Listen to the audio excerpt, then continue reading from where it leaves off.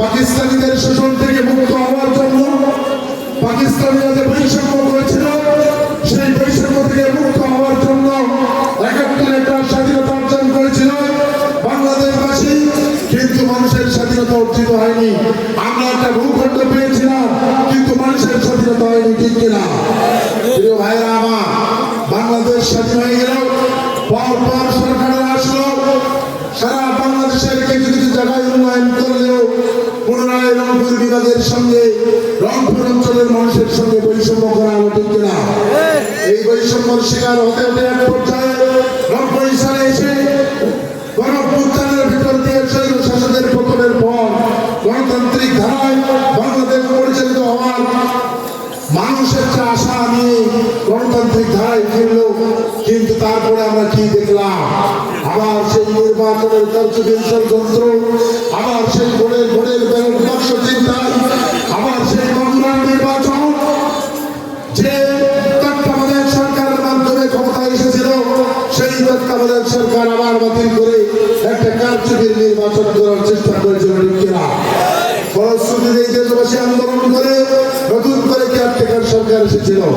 তারপর একটি সরকার আসলো, তারা ইসলামের উপর অত্যাচার শুরু করলো।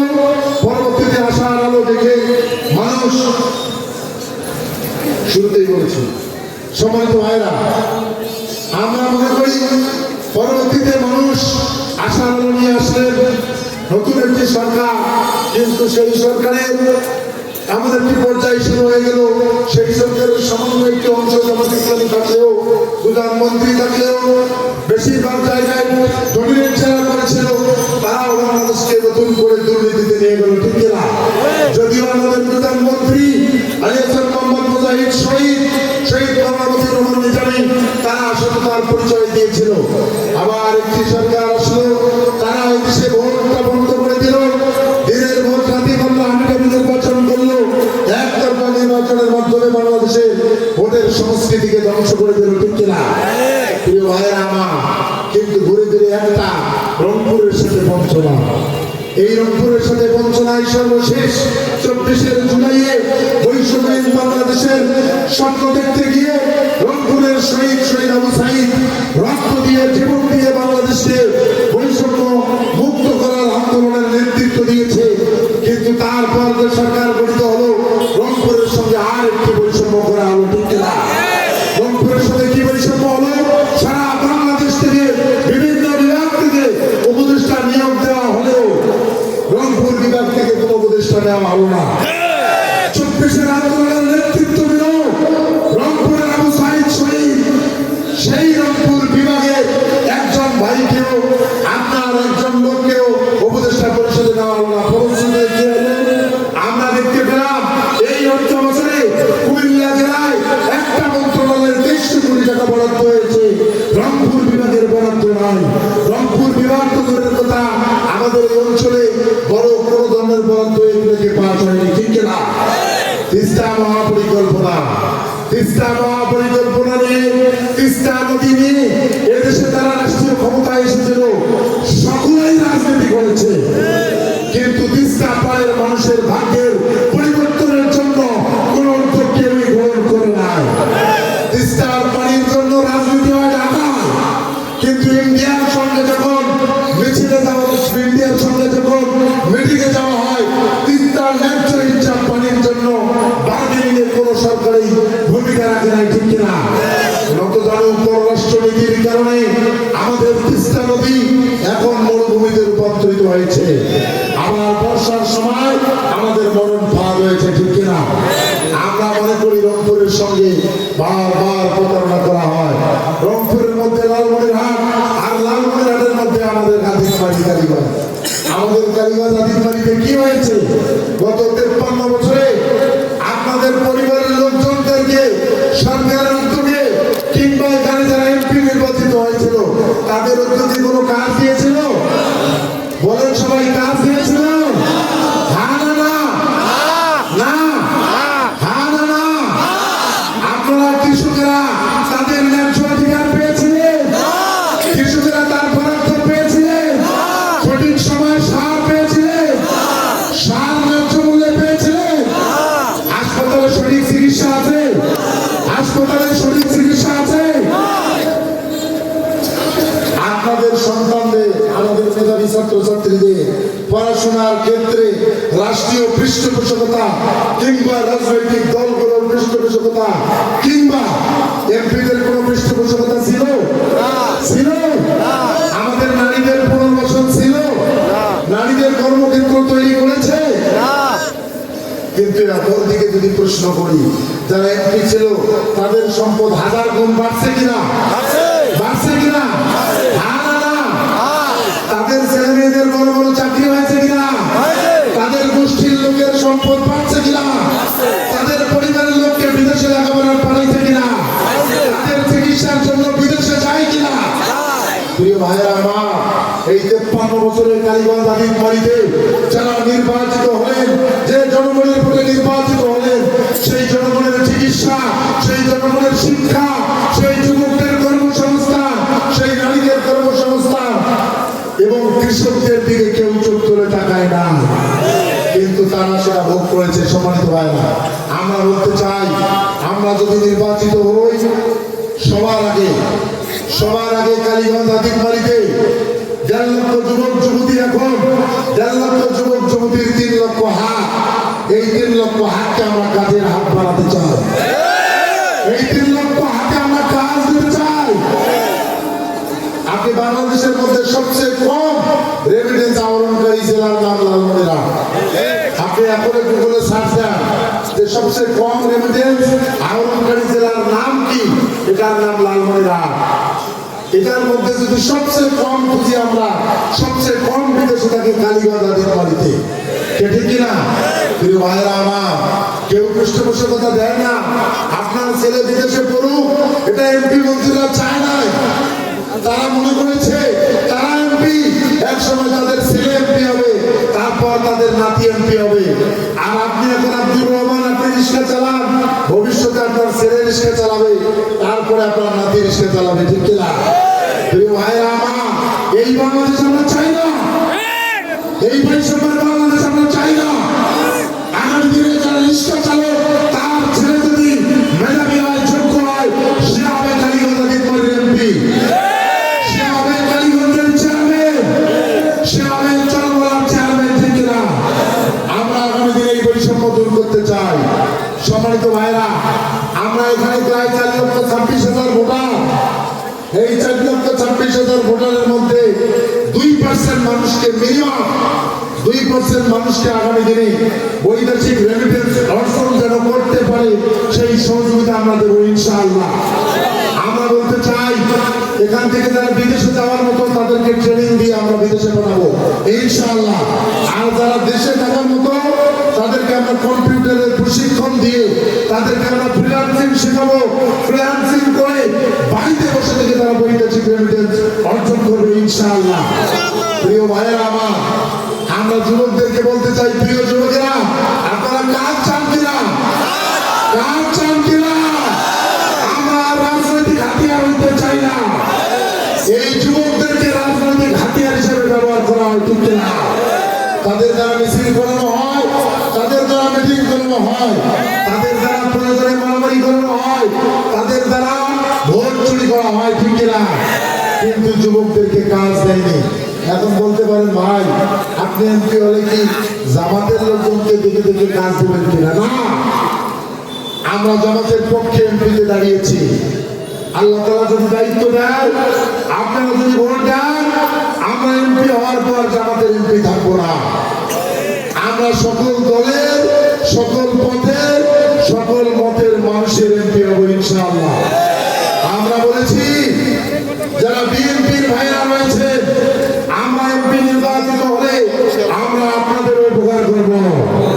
আমরা বলেছি, যারা অন্যায়কারী নয়, সাধারণ আওয়ামী লীগের সদস্য, যারা ভালো মানুষ, যারা এই দেশের নাগরিক, যারা সঠিকভাবে চলে, আমরা তাদের উপকার করব। আমরা চরমনাই জাতীয় পার্টি যারা রয়েছে, এই এলাকার কোনো দল বিবেচনায় কোনো কাজ করব না। প্রিয় ভাইয়েরা আমার, আমরা প্রত্যেক বাড়ি কমপক্ষে একজন যুবককে ট্রেনিং এর আওতায় আনবো, একজন যুবতীকে ট্রেনিং এর আওতায় আনবো। ট্রেনিং দিয়ে সে যে কাজের উপযুক্ত, আমরা তাকে সেই কাজ দেবো ইনশাআল্লাহ। আমরা বলেছি বিদেশে যে ভাইয়েরা থাকেন, অনেকে দালালের মাধ্যমে বিদেশে যায়, বিদেশে গিয়ে অনেক কষ্ট করে। আমরা কালীগঞ্জ আদিত বাড়িকে আমাদের পক্ষ থেকে হেল্প ডেস্ক করবো। হেল্প ডেস্ক খুলে পৃথিবীর যে দেশে আমাদের এই এলাকার ভাইয়েরা রয়েছে তাদেরকে আমরা সহযোগিতা দেবো।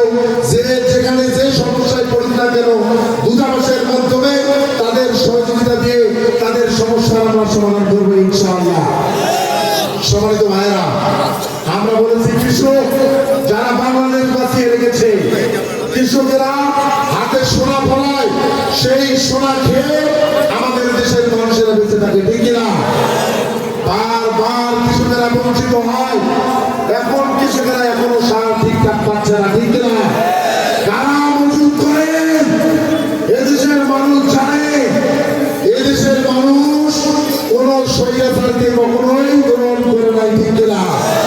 কারা এখন মজুত করে সারের দাম বাড়িয়েছেন, কারা হাট বাজার দখল করে নিয়েছেন, কারা বিভিন্ন হাট বাজার দাম বলতে থাকি, কারা বিভিন্ন খাল বিল দখল করে নিয়েছেন, এদেশের মানুষ জানে, ঠিক না? আগামী দিনে জামাত ক্ষমতায় আসলে আমরা যদি এখানকার দায়িত্ব পাই, কৃষক তার ন্যায্য অধিকার বুঝে পাবে ইনশাআল্লাহ। কৃষক ন্যায্য মূল্যে সার এবং তার বীজ পাবে ইনশাআল্লাহ। সরকারি ভর্তুকির জন্য সরকারি যে মালামাল কৃষকদের জন্য আসে, সে মালামাল কৃষকের কাছে পৌঁছানো হবে ইনশাআল্লাহ। সম্মানিত ভাইরা আমার, আমরা নারী সমাজের জন্য বলতে চাই, প্রিয় বোনেরা আমার যারা শুনছেন এবং আপনাদের পরিবারে যারা রয়েছে, অনেকে বলে জামাত ক্ষমতায় আসলে নারীদেরকে ঘর থেকে বেরোতে দেবে না, জামাত ক্ষমতায় আসলে নারীদের লেখাপড়া বন্ধ করবে, জামাত ক্ষমতায় আসলে নারীদের কর্মসংস্থান বন্ধ করবে। অসত্য কথা, সবচেয়ে অসত্য কথা। পৃথিবীতে সবচেয়ে নারীকে মর্যাদা দিয়েছে ইসলাম, ঠিক না?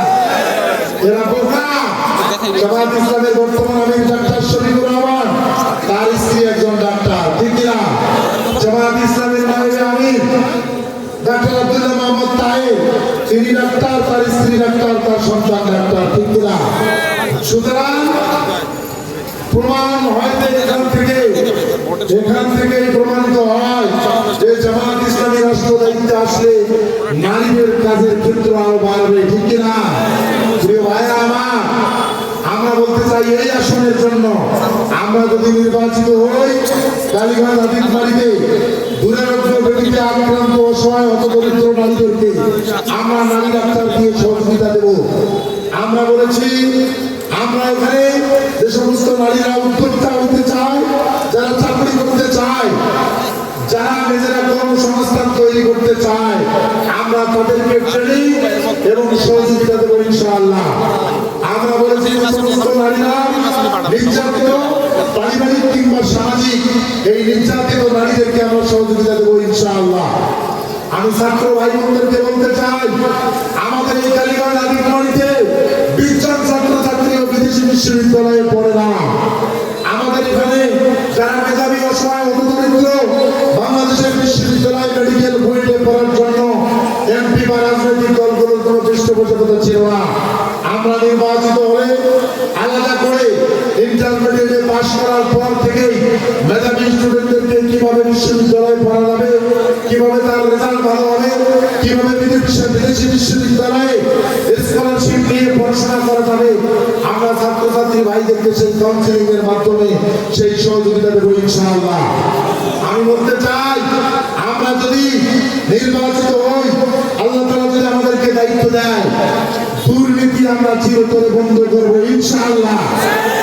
আমরা বলেছি হয় দুর্নীতি থাকবে, নাই আমরা থাকবো, হয় দুর্নীতি থাকবে, নাই আমরা থাকবো। প্রিয় ভাইয়েরা আমার, মসজিদের নামে 1 লক্ষ টাকার বরাদ্দ, মন্দিরের নামে 1 লক্ষ টাকার বরাদ্দ, 15% ব্যাট আর 25% এই ব্যাট, ঠিক না? 15% ব্যাট আর 25% ব্যাট। আমরা এই ব্যাট রাখবো না। যত টাকার বরাদ্দ অত টাকারই কাজ হতে হবে। আমরা যেহেতু কোনো ঠিকাদারের কাছে টাকা নেব না, কোনো রাস্তায় টাকা নেব না, কোনো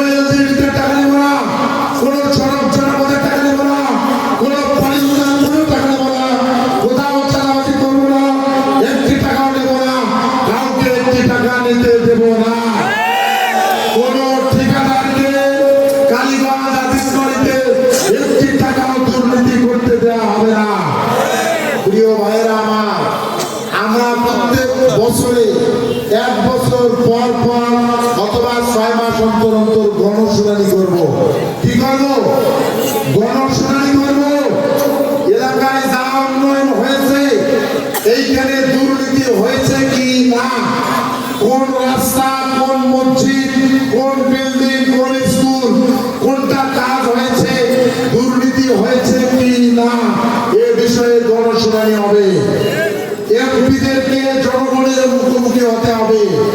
আমরা বলেছি আল্লাহ তাআলা যদি আমাদেরকে দায়িত্ব দেয়, আমরা প্রত্যেক বছর আপনাদের মুখোমুখি হব। জনগণের প্রশ্নের উত্তর না দিয়ে এক পাও নড়া হবে না। কারণ এমপি তৈরি করে কারা? এমপি তৈরি করে কারা? রাষ্ট্রের সম্পদ কাদের? সুতরাং এখানে কাজ কি হবে এটাও ঠিক করবে জনগণ। আমি বলেছি 16টা ইউনিয়নে আমাদের আলাদা আলাদা অফিস থাকবে। আমরা যদি নির্বাচিত হই, প্রত্যেকটা ইউনিয়নে ওই এলাকার লোক ওই এলাকায় মামলা বার করাইতে পারলেন না, এই তো আমি তাহলে আমার কোনো মূল্য আছে? হিন্দুদের কোনো মূল্য নাই।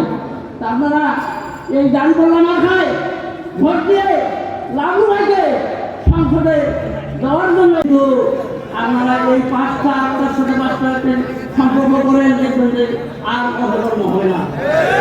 আপনারা হিন্দু মুসলমান যা আছেন সবাই আপনারা ধর্ম সেই করতে আপনাকে প্রস্তুত আছে?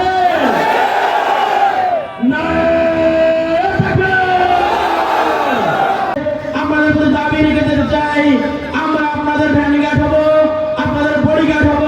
জামাত শিবিরের প্রত্যেকটি জনশক্তি আপনার পাশে আসে, ভেঙে অবশ করে দেবো। আপনারা হয়তো প্রকাশনে বসবাস করছেন, এখনো সুস্থ 2024 এসে আমাদের আবু সাইদ মুগ্ধ, আমাদের শহীদ আব্দুল্লাহ তাহির যারা শাহাদাত বরণ করেছে, তাদেরকে দেখানো ভালোবাসা। আমরা আবেগ আপ্লুত, আমাদের হৃদয় কথা বলছে আগামীর বাংলাদেশ, দাবি পাওয়ার বাংলাদেশ। যুব ক্রীড়া বিভাগের সম্মানিত সভাপতি মোহাম্মদ জাহাঙ্গীর আলম, আসসালামু আলা সাইয়্যিদিল মুরসালিন ওয়া আলা আলিহি ওয়া সাহবিহি আজমাইন। গণমানুষের প্রিয় কাফেলা, এই দেশের স্বাধীনতা, সার্বভৌমত্বের অতন্ত্র প্রহরী, আসলে সবার মনের আশা প্রার্থনা পূর্ণ হবে।